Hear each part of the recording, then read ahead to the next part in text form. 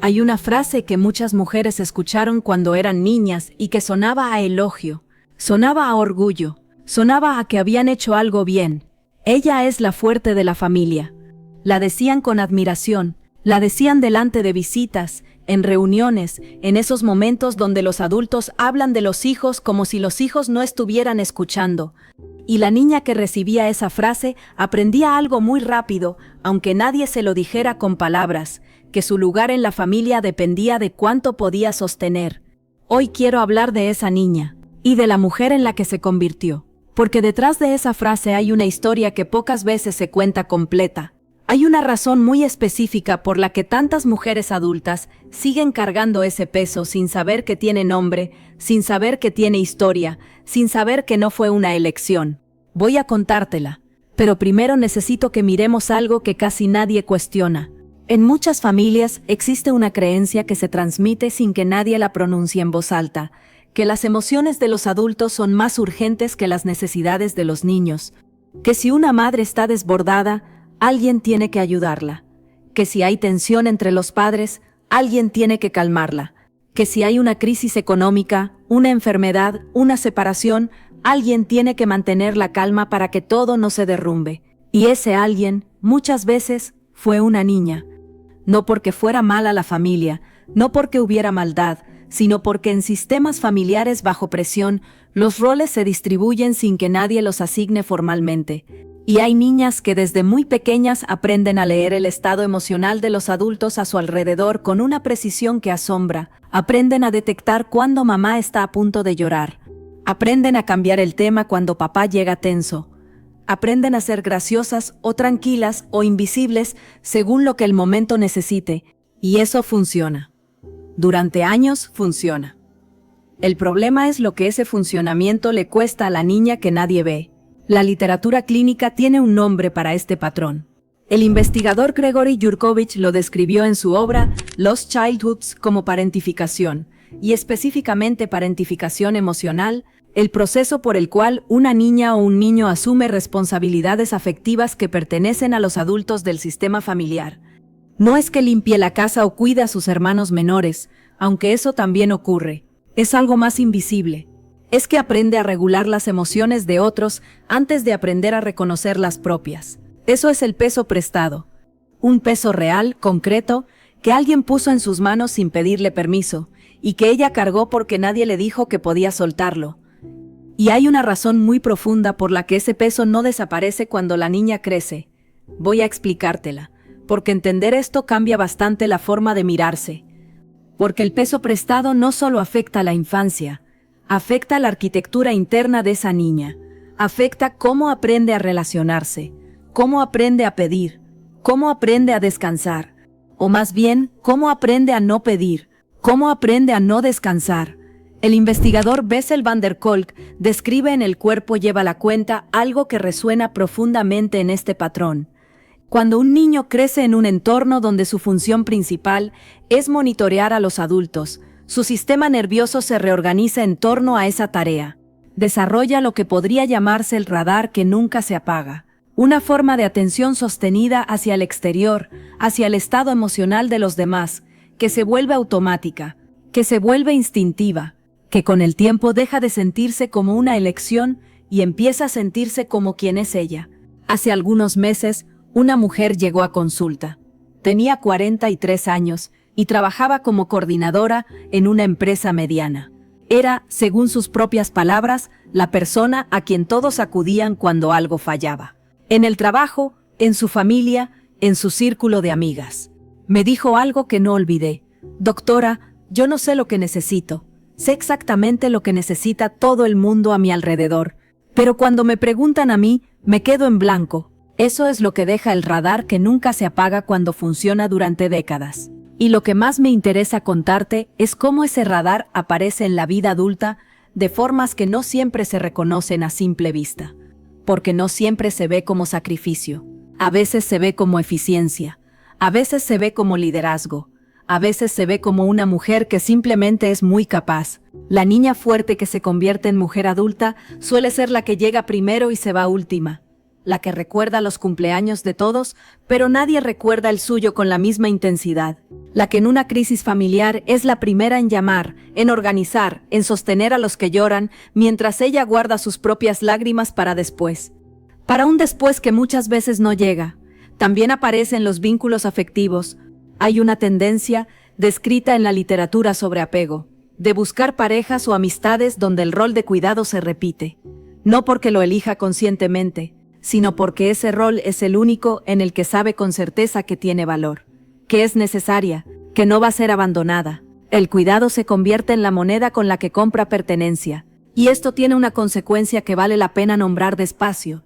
La mujer que aprendió que su valor depende de cuánto da tiende a sentirse culpable cuando no doña, tiende a leer el malestar ajeno como una señal de que ella falló en algo, tiende a asumir responsabilidad por el estado emocional de las personas que ama, igual que lo hacía de niña con sus padres, no porque sea manipuladora ni codependiente en el sentido clínico del término, sino porque ese fue el mapa que aprendió. Y los mapas que aprendemos antes de tener palabras para nombrarlos son los más difíciles de ver, precisamente porque se sienten como la realidad misma. También hay algo en el cuerpo que merece atención. Muchas mujeres que vivieron este patrón describen una tensión crónica que no tiene causa aparente, una dificultad para soltar los hombros, un estado de alerta que no desaparece del todo ni en vacaciones, ni en fines de semana, ni en los momentos que en teoría deberían ser de descanso, como si el sistema interno siguiera esperando que algo fallara, siguiera esperando ser necesaria. Eso no es ansiedad sin más.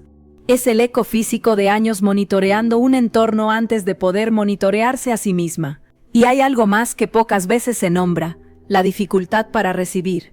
Cuando alguien cuida a la mujer que creció siendo la fuerte, algo en ella se incomoda, algo no encaja, puede sentir que es demasiado, que no se lo merece, que de alguna forma va a tener que devolver ese cuidado con intereses, porque en su historia, el cuidado nunca fue gratuito. Siempre vino con una función implícita, y cuando alguien llega sin pedir nada a cambio, el sistema interno que aprendió a sobrevivir no sabe bien qué hacer con eso. Eso no es ingratitud, es una herida que todavía no encontró las palabras correctas. Y aquí viene lo que pocas veces se dice con claridad. Cuando una niña crece siendo la fuerte, recibe un mensaje implícito muy poderoso, que su valor está ligado a su función, que es querida porque sostiene, porque resuelve, porque no se derrumba, que si dejara de ser fuerte, algo del amor que recibe también desaparecería. Ese mensaje nunca se dice con palabras, pero se aprende igual. Se aprende en la mirada de alivio de mamá cuando ella llega, se aprende en el menos mal que estás tú, que los adultos dicen sin darse cuenta de lo que están pidiendo.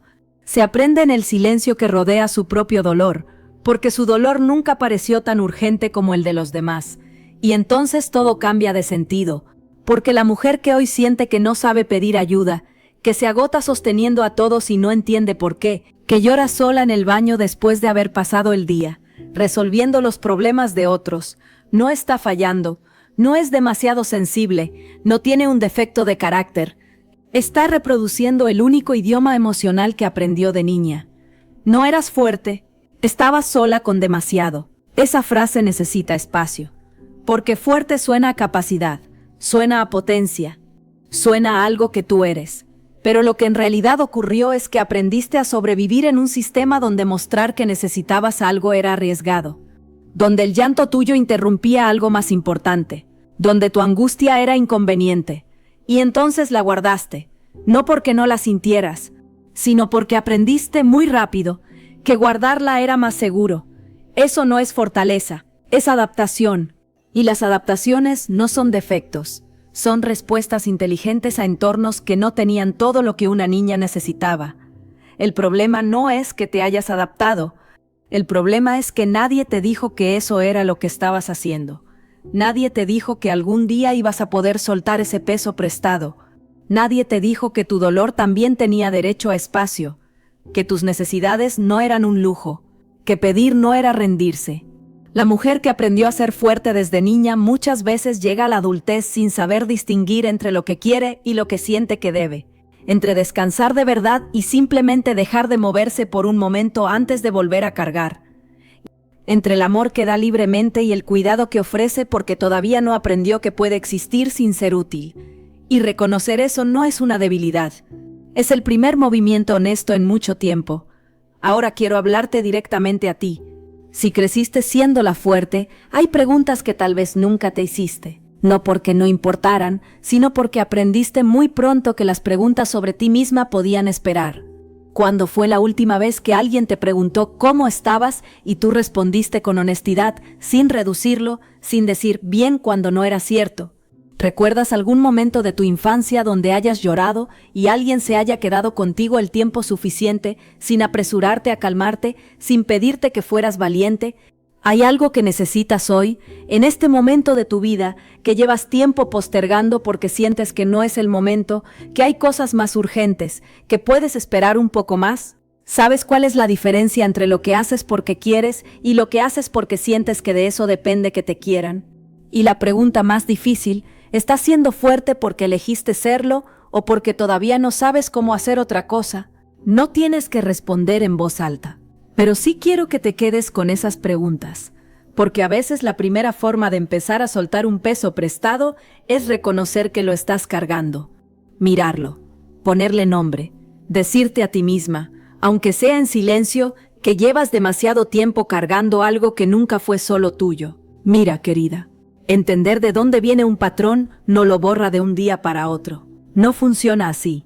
Pero hay algo que sí cambia cuando una mujer puede nombrarlo. La forma en que se mira. Porque ya no es soy así, ya no es esto es mi personalidad, ya no es simplemente soy muy responsable, muy cuidadora, muy dedicada. Es algo más honesto y más compasivo al mismo tiempo. Es, aprendí esto para sobrevivir, y ahora despacio puedo aprender otra cosa. Eso no es una promesa de cura, es una posibilidad de dirección, y esa posibilidad empieza muchas veces en un momento muy pequeño. En decir que no sin sentir que el mundo se termina. En pedir algo sin justificarlo durante 5 minutos antes. En quedarte quieta cuando todo en ti quiere levantarse a resolver algo que no te corresponde. En dejar que alguien más sostenga aunque sientas que lo haría mejor que ellos. No eras fuerte, estabas sola con demasiado. Y esa niña que aprendió a sostener a todos merece por fin que alguien la sostenga a ella. Merece que tú la sostengas a ella. Con menos exigencia. Con más paciencia, con la misma generosidad que has tenido durante años con todos los demás. Si algo de lo que escuchaste hoy tocó una memoria que hacía mucho no mirabas, puedes escribir una sola palabra abajo. A veces una palabra es suficiente para empezar. Recuerda, entenderte no es diagnosticarte, es darte permiso de existir como eres. Si te reconociste profundamente en esto, busca a un profesional. Yo te dejo aquí, con cariño, hasta el próximo encuentro.